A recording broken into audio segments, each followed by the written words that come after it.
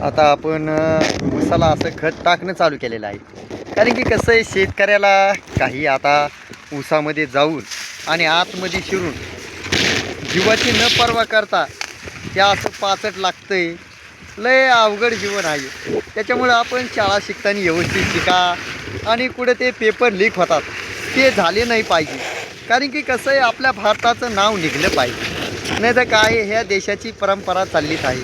अवघ्या आता खताचे सुद्धा असे भाव वाढलेले आहेत आणि असं शेतकऱ्याला मेहनत याच्यामध्ये काही बी होऊ शकतं. कधी डुक्कर असू शकतं, कधी साप बी असू शकते.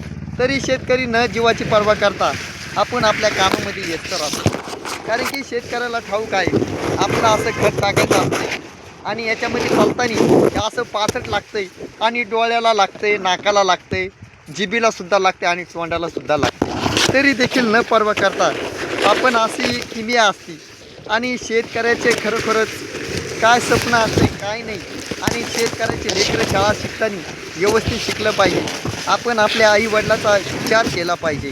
कारण कसं आहे, अनेक पुढाऱ्याचे लेकरं हे नॅशनल शाळेमध्ये असतात आणि आपल्या गोरगरिबाचे लेकरं हे आपल्या खेड्यापाड्यात शिकून कुठंतरी आपलं स्वप्न साकार करण्यात जातात. पण तिथं पेपर लीक झाला तर त्याला काही सुधरत नाही.